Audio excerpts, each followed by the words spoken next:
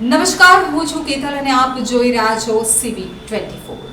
ગુજરાતમાં વહાલી દીકરી યોજના હેઠળ છેલ્લા 5 વર્ષમાં 2.37 લાખ કરતાં વધુ દીકરીઓની નોંધણી કરવામાં આવી છે।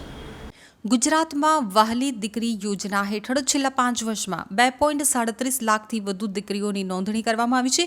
આ યોજના હેઠળ લાભાર્થી દીકરીઓને 18 વર્ષની ઉંમર સુધી 4,000થી લઈ 1 લાખ રૂપિયા સુધીની સહાય મળે છે।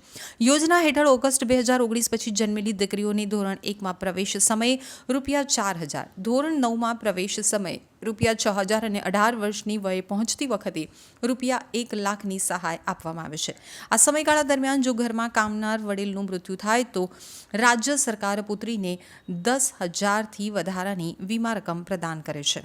આ યોજના હેઠળ ગરીબ પરિવારોમાં જન્મેલી દીકરીના શિક્ષણથી લઈ અને લગ્ન સુધીની સહાય કરવામાં આવે છે। આ યોજના માટે ગુજરાત સરકારે માર્ચ મહિનાના અંત સુધીમાં 494.14 કરોડની ફાળવણી કરી છે। વહાલી દીકરી યોજના વિશે વાત કરતાં મને આનંદ થાય છે કે માનનીય વડાપ્રધાન શ્રી નરેન્દ્રભાઈ મોદી આજે વિમન લેડ ડેવલપમેન્ટ એટલે કે મહિલાઓના નેતૃત્વમાં વિકાસ પર ભાર મૂકી રહ્યા છે, ત્યારે દીકરીઓને સશક્ત બનાવવી ખૂબ જ જરૂરી છે। માનનીય મુખ્યમંત્રી શ્રી ભૂપેન્દ્રભાઈ પટેલના માર્ગદર્શન હેઠળ રાજ્યની દીકરીઓને સક્ષમ બનાવવા માટે અમે પ્રતિબદ્ધ છીએ। રાજ્યની દીકરીઓના શૈક્ષણિક, આર્થિક અને સામાજિક સશક્તિકરણ માટે વહાલી દીકરી યોજના અમલમાં મૂકવામાં આવી છે, જે હેઠળ 2 લાખથી વધુ દીકરીઓની નોંધણી કરવામાં આવી છે।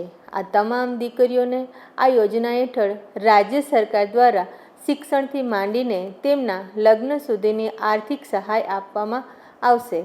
આ દીકરીઓ આવતીકાલનું ભવિષ્ય છે, જે વિકસિત ભારતના નિર્માણમાં પોતાનું સક્રિય યોગદાન આપશે।